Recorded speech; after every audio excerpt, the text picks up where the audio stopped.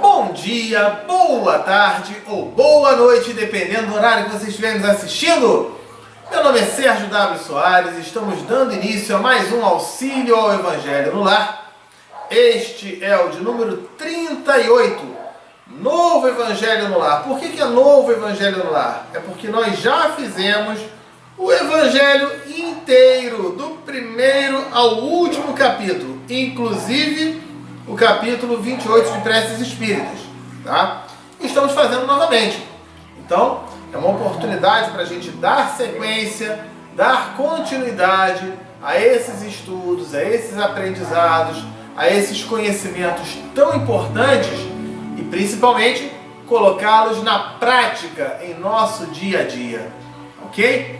Bom, a nossa página na internet, você está vendo aí, ó, www.evangelhonlar2012.blogspot.com. Você entrando lá, o que você vai encontrar? Toda sexta-feira, um novo vídeo. Vai encontrar o texto do Evangelho. Vai encontrar o texto da página de preparo. Hoje, por exemplo, é do livro Caminho, Verdade e Vida, do Emmanuel, psicografado pelo Chico Xavier. Vai encontrar o passo a passo do Evangelho no Lar. Vai encontrar o significado das palavras mais difíceis. A gente bota entre parênteses, tudo bonitinho para ficar fácil aí o teu estudo. Vai encontrar o Tira Dúvidas. Como é que faz para tirar dúvida? Manda um WhatsApp para a gente. Qual é o WhatsApp? Olha aí, ó. 21, que é o código do Rio de Janeiro. 21 99247 5631. Vou repetir. 21 99247 5631. Para quem está fora do Brasil, tem que colocar o 55, que é o código do Brasil. Um amigo aí que esteja em Portugal, aí ele vai ter que adicionar 55, que é o código do Brasil, 21, que é o código do Rio de Janeiro, e aí o telefone 992475631, tá ok? Bom, para quem preferir também tirar dúvidas por e-mail, pode mandar o e-mail. E qual é o e-mail? Olha aí, ó, amorperdãoefé@gmail.com. Pode mandar seu e-mail, pode mandar sua pergunta. Gente, tanto pelo WhatsApp como pelo e-mail, eu só digo uma coisa: às vezes eu posso demorar um pouquinho para responder, mas todas as mensagens são respondidas, sem exceção, tá ok? Pode mandar então, tranquilamente. Com relação a esse Tira Dúvidas, tem uma pessoa que perguntou: Sérgio, eu acabei de estudar o Evangelho, e agora? Posso parar? Vou ver um outro livro? Não, a gente, igual nós estamos fazendo aqui, ó, a gente dá sequência, dá continuidade para reforçar esses valores. Evangelho segundo o Espiritismo, que eu estou vendo aqui, são mais de 400 páginas. Será que lendo uma única vez eu vou conseguir guardar todos esses valores que constam aqui? Todas essas lições e colocar na prática? Gente, vamos dar sequência cada vez mais. Terminou de ler o Evangelho? Vai de novo, vai de novo, vai de novo. Você vai perceber que a cada leitura reforça um ou outro ponto, um ou outro detalhe ali que ajuda na nossa reforma íntima e no nosso progresso. Bom, Facebook, a turma do Facebook, olha aí, ó, facebook.com/Evangelho no Lar 2012. Clica no curtir, clica no compartilhar, participa aí com a gente, tá? E pra gente fechar, quem ouve a Rádio Espiritismo, toda sexta-feira, 9 da noite, é colocado um estudo novo. Então, qual é o link da Rádio Espiritismo? Ó, você está vendo aí, ó, www.radioespiritismo.com.br. Se você tem aí no celular, quer ouvir a Rádio Espiritismo no celular, se o teu celular for iPhone, ou ele for do Android, né, vai na Play Store, né, ou na Apple Store, digita tudo junto, Rádio Espiritismo. Vai aparecer o ícone, clica lá no aplicativo e instalar. Você tem a Rádio Espiritismo 24 horas no seu celular, ok? Bom, diante disso, vamos dar início ao estudo de hoje com a prece de abertura. Vamos lá então. Querido Deus, Mestre Jesus, espiritualidade amiga e benfeitores, obrigado por mais esta oportunidade de estudo, de aprendizado, de conhecimentos. Hoje agradecemos a presença dos anjos guardiães que aqui estiveram, harmonizando, preparando este ambiente, e que possamos com muita alegria receber essas informações, assimilar esses conteúdos e principalmente colocá-los na prática em nosso dia a dia. Muito obrigado mais uma vez, e que possa o estudo de hoje transcorrer num clima de muito amor, de muita paz, de muita alegria. Que assim seja, graças a Deus. Então, tendo feito aí a prece de abertura, Evangelho de hoje, ele é o número 38, né? Bem-aventurado, capítulo 5. Bem-aventurados os aflitos.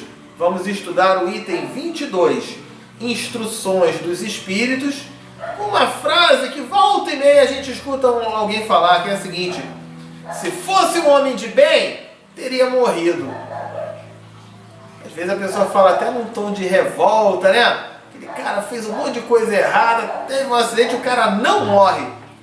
E um outro que é um cara super do bem, escorregou na casca de banana, bateu com a cabeça, morreu.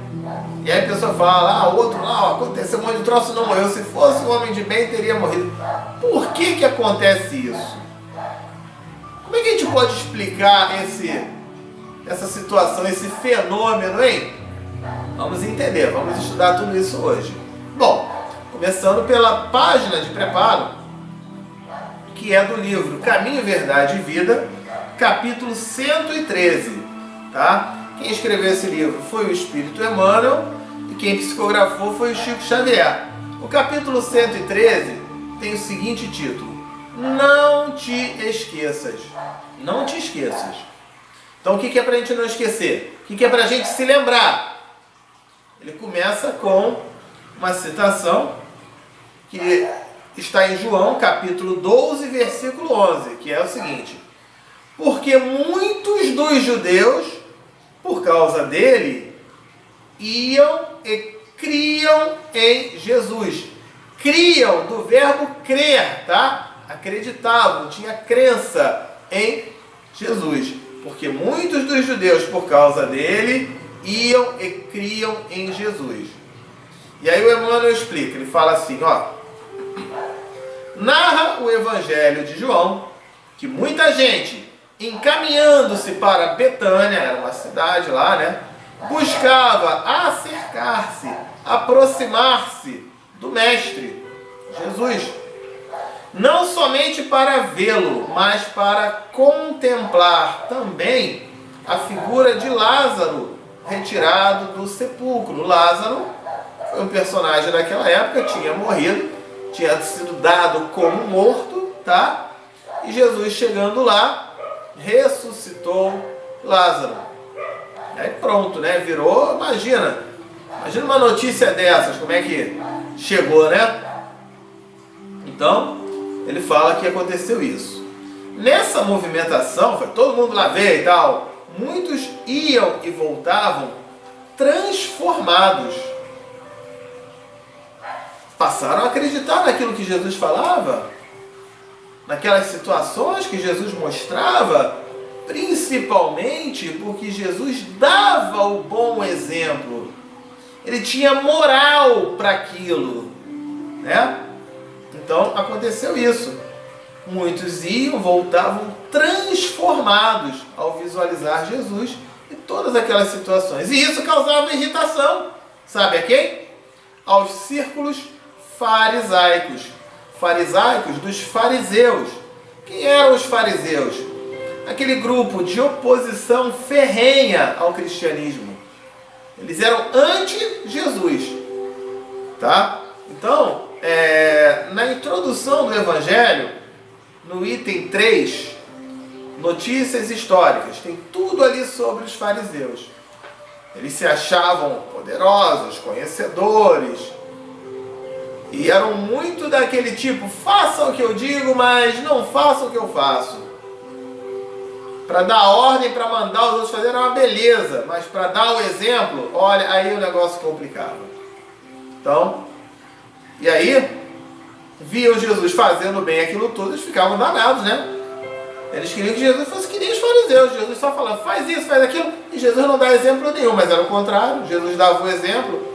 Ele foi o primeiro a dar o exemplo em tudo, né?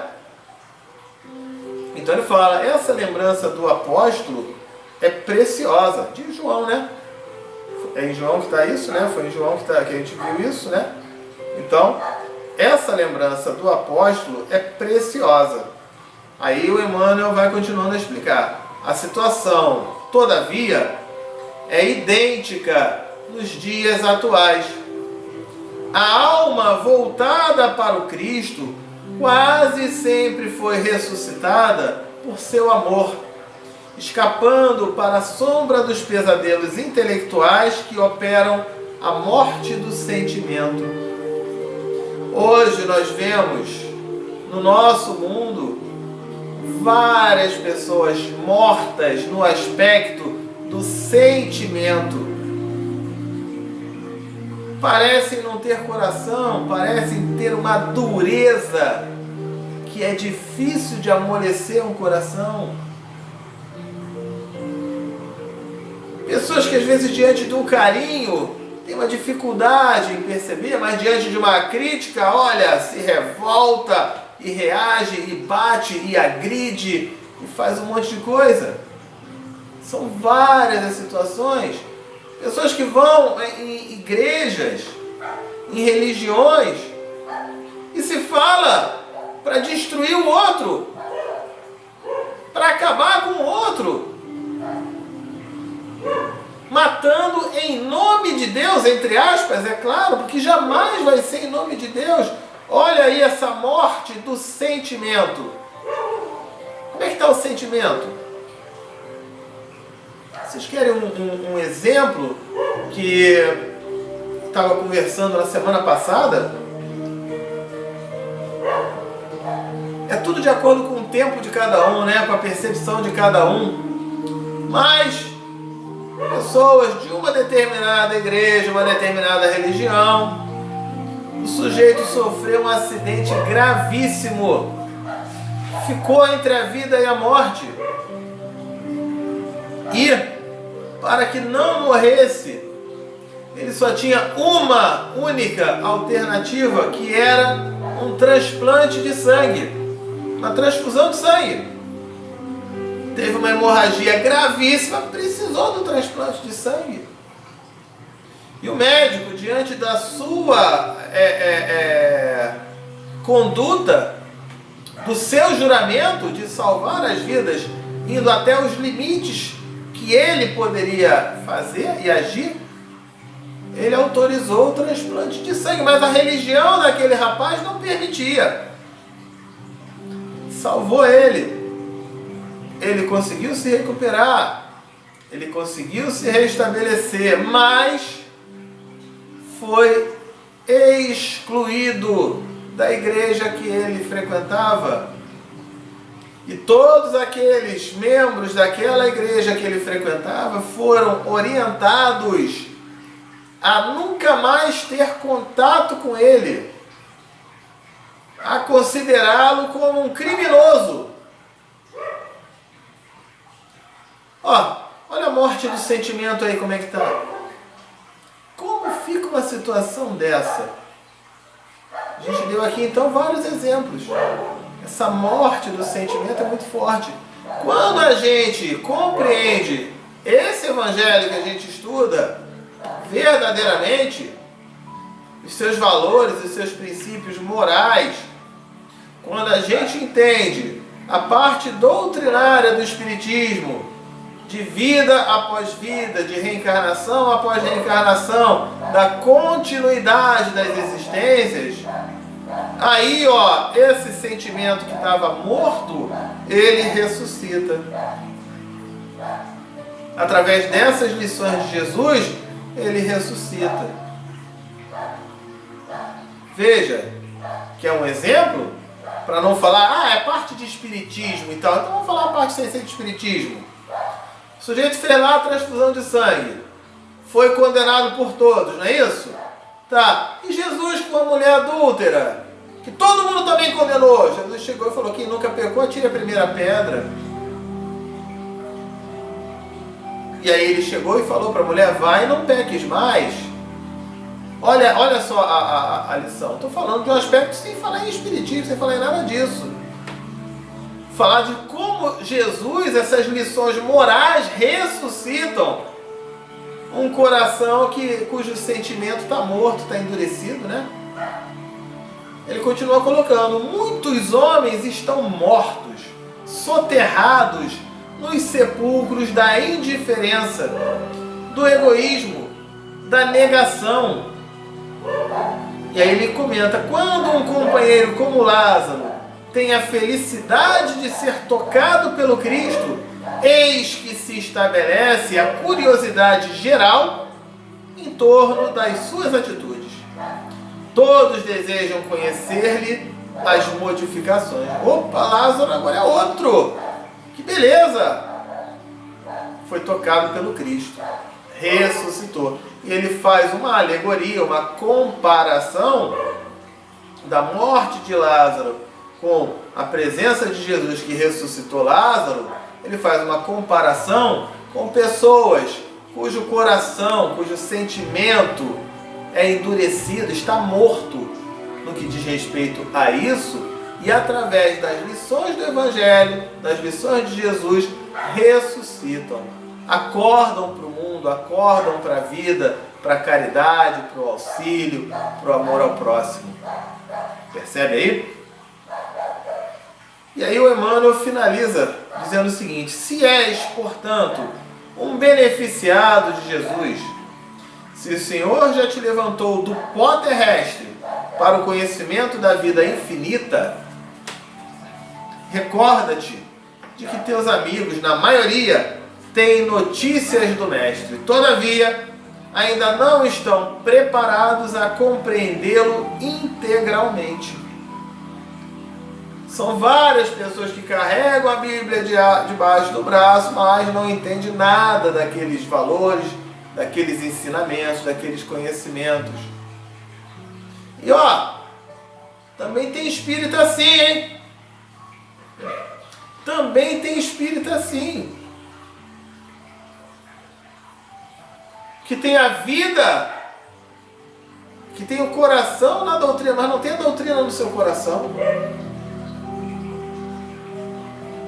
Tem uma casa espírita aqui no Rio de Janeiro, eu não vou citar o nome, mas é uma casa espírita enorme, enorme, ela parece uma cidade. Ela é tão grande que o estacionamento de lá é um estacionamento também muito grande, mas é numa rua, tem uma saída só ali, né? A vazão ali do trânsito E aí as pessoas entram, enquanto vão andando por aquela casa espírita que parece uma cidade, elas escutam no alto-falante orações, palestras, músicas, valores do bem, e todo mundo fica realmente iluminado, abastecido de bons fluidos, de boas energias, de boas vibrações dentro daquela casa espírita. É um local abençoado. É um lugar de muita luz mesmo. Agora, é engraçado, porque lá dentro todo mundo se abraçando, todo mundo falando de caridade, de paciência, de tolerância. Aí termina a palestra e centenas de pessoas vão para o estacionamento para poder sair, mas só tem uma saída. E aí na hora do estacionamento, é claro que não é todo mundo, mas tem sempre um ou outro que começa a buzinar, que dá fechada no outro carro, que bota a mão para fora xingando, fazendo... Gente, acabando de sair da casa espírita, da palestra. Está endurecido ou está ressuscitado, hein? Aliás, ele está até muito mais comprometido, porque ele acabou de ter essas lições, esses conhecimentos, esses valores, E no primeiro minuto, ele ainda nem saiu da casa espírita, né? Do estacionamento, ele já está fazendo o contrário daquilo. Então, vale para todas as religiões, inclusive o espiritismo. O espírita também precisa refletir sobre isso. Todos nós aqui, ó, somos farinha do mesmo saco. A gente comentou lá da religião do sangue e tal, mas tem do espírita também com uma série de outras coisas. Como tem do católico, do budista, do evangélico, do outro, tal. Tem todos. Porque a transformação, ela vem a partir de nós, de cada um de nós. De eu me tocar com aquelas palavras de Jesus. Veja, Jesus conseguiu ressuscitar Lázaro, mas os fariseus continuaram do mesmo jeito. Ainda não estava no tempo deles, ainda não tinha amadurecimento para isso. O orgulho, a vaidade e tudo mais, o poder, tudo mais, era muito mais forte do que as evidências que Jesus ali carne e osso, mostrava para eles. Tudo vai de acordo com o tempo de cada um. Agora, a responsabilidade, quando tem alguém mostrando isso tudo e você fica indiferente, fica endurecido, aí o negócio complica. Então ele fala, né? Por isso que ele fala, todavia ainda não estão preparados a compreendê-lo integralmente. Serás como Lázaro, o ponto de observação direta para todos eles. Somente começarão a receber a claridade da crença sincera por ti, reconhecendo o poder de Jesus pela transformação que estejas demonstrando. A transformação, ela não ocorre na casa espírita, e nem na igreja, e nem no evangelho no lar. A casa espírita, a igreja, o evangelho no lar são pontos de luz. Esses conhecimentos são pontos de luz. É como se fosse um fogo aceso. E eu tenho uma vela. A vela sou eu.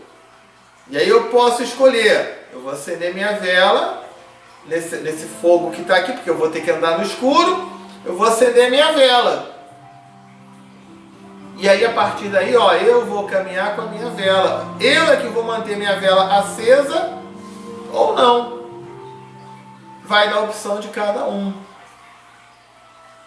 Percebe? Então ele coloca aí.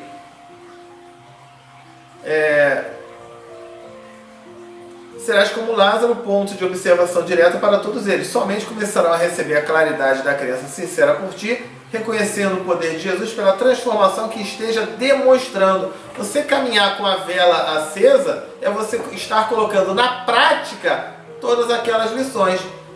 É você estar pegando aquela chama que você acendeu, aquele fogo que você acendeu na tua vela, e mantendo aquela vela, aquele fogo aceso durante todo o teu caminhar. Toda a tua caminhada. Você vai caminhar a noite inteira com luz no teu caminho. Mas se você resolver apagar a vela por algum motivo, não reclame. Percebe?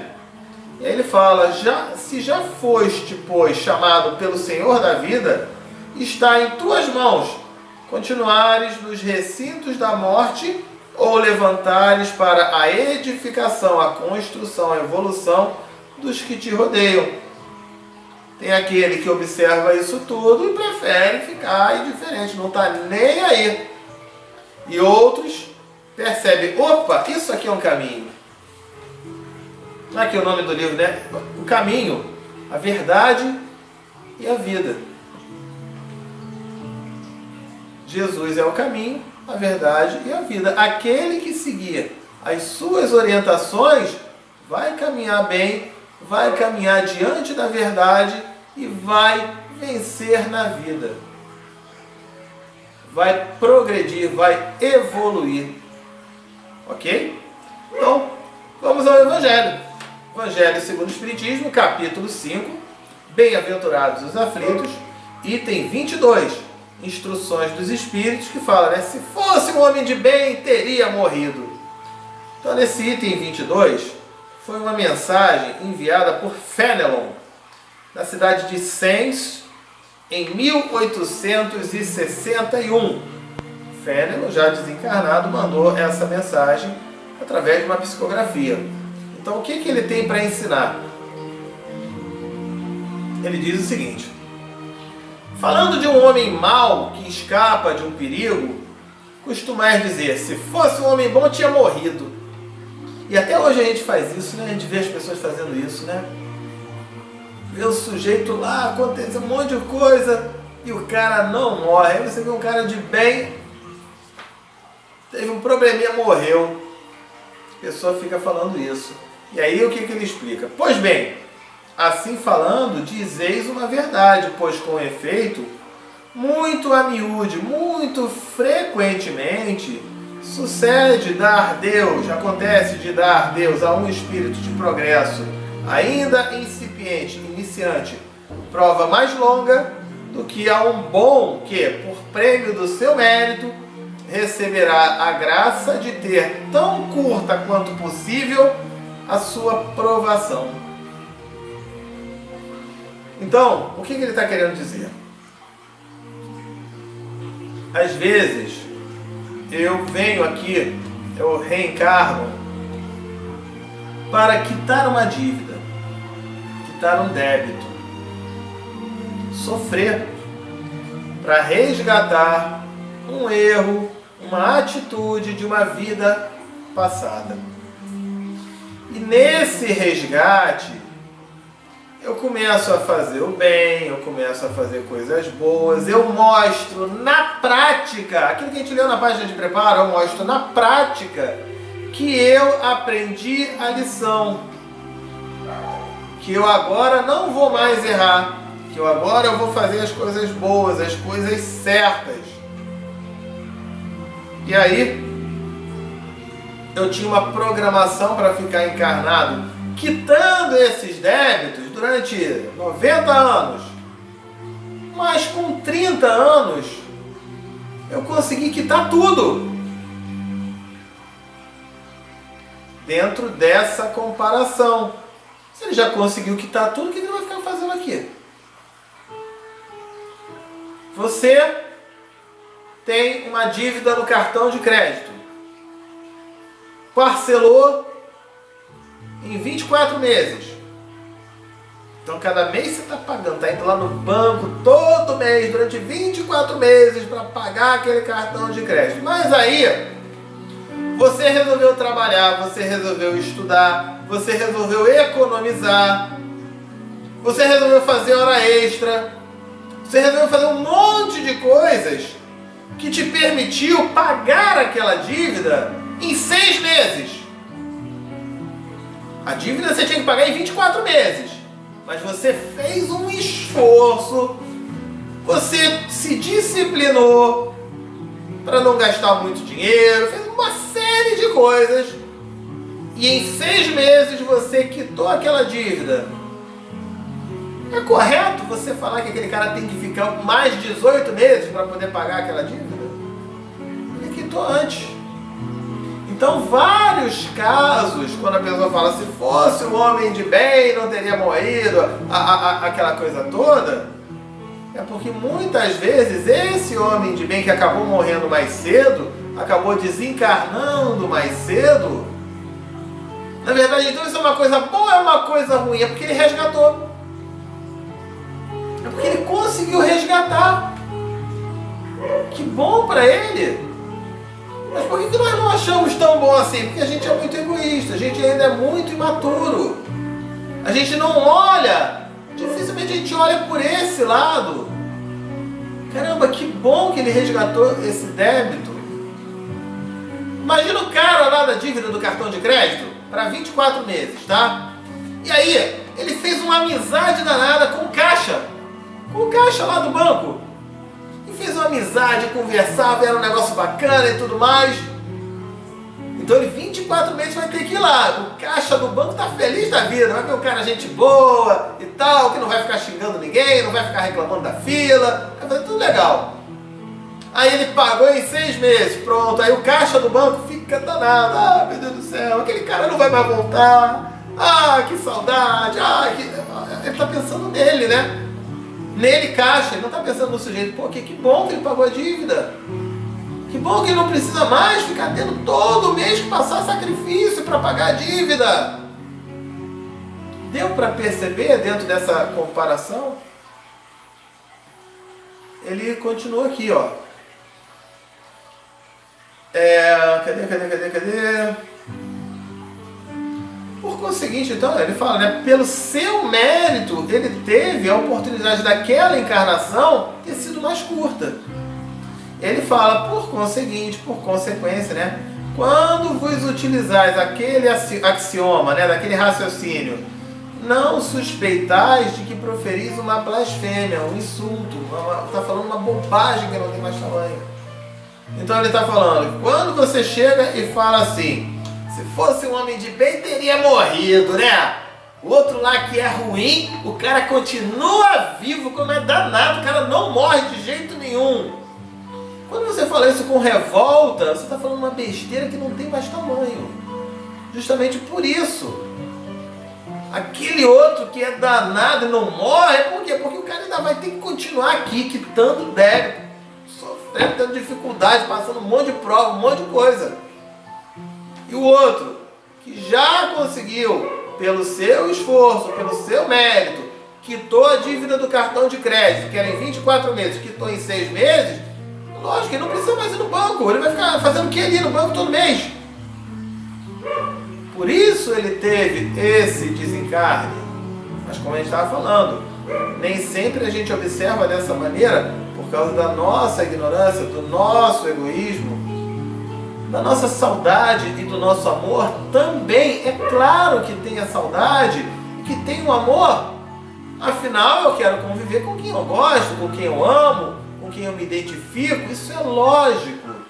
Mas veja, a gente precisa aprender a trabalhar a nossa resignação, a nossa compreensão. Nós somos reencarnacionistas. A gente crê na reencarnação, que a vida continua, e já temos várias provas, inclusive científicas, disso. Mas na hora que uma pessoa desencarna, a gente não é reencarnacionista, né? A gente leva como se fosse o agora. Como se essa fosse uma única existência, não tem mais. A gente precisa ter aí uma coerência. Se eu sou reencarnacionista, é importante eu pensar, sentir e agir como reencarnacionista. Senão não vai ter coerência. E na maioria das vezes somos reencarnacionistas, mas nem sempre as nossas ações são como reencarnacionistas. Num primeiro momento, é claro que eu vou chorar, é claro que eu vou ter todos aqueles sentimentos, mas veja, é importante eu trabalhar essa resignação, é importante eu trabalhar essa compreensão desses fatos, porque se outros não conseguem compreender, nós aqui, o que não nos falta é conhecimento e exemplos e instruções de tudo isso, de todas essas verdades. Então ele volta a falar ali, né? Se morre um homem de bem, cujo vizinho é mau homem, logo observar, né? Antes fosse o outro, né? Antes fosse o cara lá que é mau. E aí ele fala, enunciais uma enormidade, porquanto aquele que parte concluiu a sua tarefa, e o que fica, talvez não tenha nem principiado, nem começado a cumprir com a dele, aquele que ficou. Por isso que ele vai continuar. Por quê? Então, haverias de querer que ao mal faltasse tempo para terminá-la e que o outro permanecesse preso ao globo terrestre. Se aquele cara que tem que pagar em 24 meses está endividado, eu falo, não, em 6 meses eu vou te puxar aqui de volta. Não, vai. Cadê a justiça de Deus? Vai ficar os 24 meses. E se não pagar, de repente vai ficar mais 24. E aí tome sofrimento, dor, dificuldade e aquilo tudo. E se ainda nessa encarnação não fizer isso, vai reencarnar na próxima, passando o mesmo sofrimento, a mesma dificuldade. dificuldade, até que ele venha a quitar a sua dívida. Ok? Aí ele fala: que dirias se um prisioneiro que cumpriu a sentença contra ele pronunciada fosse conservado no cárcere, né, na prisão, ao mesmo tempo que restituíssem a liberdade, né, que fosse libertado um outro que não tivesse esse direito? Então o sujeito tem a pena lá de 3 anos, aí ele cumpriu os 3 anos, mas vai continuar preso. E um outro tem uma pena de 20 anos, e com 3 anos ele é solto, mas tem alguma coisa errada. Então ele dá esse exemplo também. Aqui eu utilizei o exemplo do cartão de crédito, aqui ele está utilizando do preso, né? Utilizando aí uma parábola para comparar aí a situação. Então ele fala: ficai sabendo que a verdadeira liberdade para o espírito consiste no rompimento dos laços que o prendem ao corpo, e que, enquanto vos achardes na terra, estareis em cativeiro. Então todos nós estamos em cativeiro, estamos presos. Ah, Sérgio, estamos presos, então quer dizer que quando a gente morre a gente se liberta, Então uma pessoa que se suicida... Opa, parou. Uma pessoa que se suicida, ela não se vê livre da prisão, não. Ela se vê como um prisioneiro que tinha que ficar 10 anos ali preso, e aí tentou fugir da prisão, sem cumprir a pena dele. Tentou fugir da prisão. Aí sabe o que vai acontecer? Eram 10 anos de prisão, agora são 20. E se ele tentar fugir de novo, agora são 30. Por isso o suicida sofre tanto. Em todos os relatos de psicografias, de mensagens e tudo mais, e de pessoas que, através da psicoterapia reencarnacionista, regressões a vidas passadas, quando cometeram um suicídio, contam que o negócio não foi nada fácil, nada fácil. Se um espírito no período intervidas, por exemplo, ele leva 20 anos, 30 anos, 50 anos para reencarnar, esse suicídio ele leva quase 100, 200 só para sair da zona de sofrimento, de trevas no plano espiritual. É uma coisa bem complicada.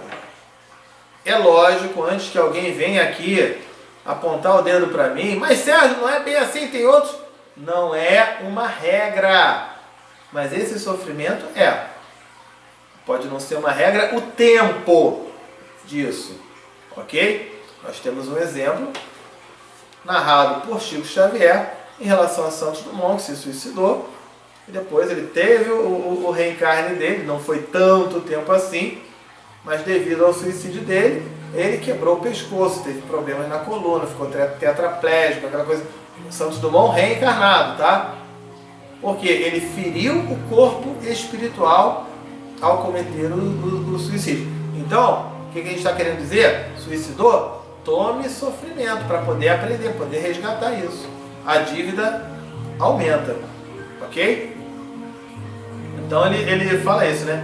Ficai sabendo que a verdadeira liberdade para o espírito consiste no rompimento dos laços que o prendem ao corpo, e que enquanto vos achardes na terra, estareis em cativeiro. A gente está em cativeiro, mas eu estou em cativeiro feliz, porque eu estou quitando minhas dívidas, eu estou pagando meus débitos. Daqui a pouco, quando eu cumprir com a minha missão, se eu tiver me esforçado corretamente, feito o melhor de mim, eu vou me ver livre daquele cativeiro, daquela prisão. E é isso o que conta, o que importa, é o que a gente deve levar em consideração aí nesses estudos, ok? E ele finaliza falando assim: habituai-vos a não censurar o que não podeis compreender. Para gente parar de censurar aquilo que a gente não entende, tá? E crer que Deus é justo em todas as coisas. Se eu falar, o cara de bem, se fosse de bem, teria morrido lá antes. Então eu estou querendo dizer o quê? Então que Deus não é justo? Deus é justo em todas as coisas.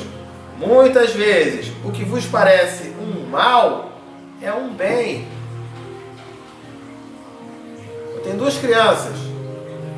Uma quer ficar na rua, não quer estudar, quer ficar jogando bola o tempo todo, o dia todo, não quer fazer nada. E o outro, coitado, ele vai para a escola chorando. Ele tem que estudar. Está todo mundo brincando, ele tem que estudar. Chegou no final do ano, está todo mundo indo para a praia, ele tem que estudar mais, porque ele ficou em recuperação. E aí fica naquela coisa, no ano seguinte é a mesma coisa. Caramba, parece que aquela criança que está indo para a escola está sendo feito um mal para ele, né? Olha o outro lá, como é que ele brinca tanto, como é que ele é tão feliz brincando lá no parque, o dia inteiro. E quem é que está recebendo um mal ou o bem? Aquele que está no parque brincando o dia inteiro, quando crescer, o que esse cara vai ser da vida? O que ele vai fazer? Como é que fica? E o outro que estudou? A probabilidade dele conseguir arranjar um trabalho, um emprego, vencer na vida, conquistar as coisas, ter seu carro, sua casa, sua internet, que é muito maior. Então aquilo lá atrás não era um mal, era um bem. E aquilo que achava que era um bem era um mal, olha só. Né? Aí ele continua falando.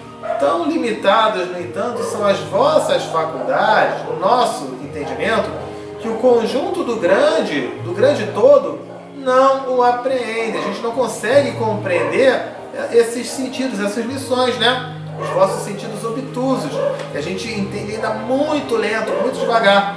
Esforçai-vos por sair pelo pensamento da vossa acanhada esfera e, à medida que vos elevardes, diminuirá para vós a importância da vida material, que, nesse caso, se vos apresentará como simples incidente no curso infinito da vossa existência espiritual, única existência verdadeira é a nossa existência espiritual. Ok? Então, fechamos aí esse tema. Chegou a hora daquela prece por encarnados, desencarnados, amigos, inimigos.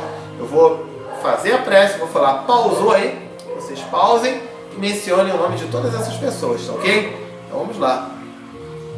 Querido Deus, Mestre Jesus, Espíritos amigos e benfeitores, vemos neste instante pedir para cada irmãozinho ou irmãzinha, encarnado ou desencarnado, onde quer que se encontrem, que possa receber luz, ajuda, auxílio, amparo, esclarecimento, de forma a assim conseguir encaminhar para o bem, para aquilo que realmente vai ser importante, necessário e que ajudará na iluminação e no desenvolvimento de cada um deles. Muito obrigado, que assim seja, graças a Deus. Pausou aí então?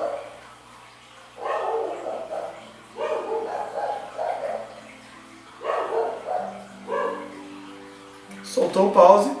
É hora da fluidificação da água. Flui o que? Essa é a fluidificação da água, envio de energias para a água, que é feito por nós encarnados e pelos espíritos de luz que se encontram nesse momento aí onde você está, ok? Você pode ver aí, ó, procura aí, programa Minutos de Espiritismo número 23, tem tudo mastigadinho aí para você ver, tá?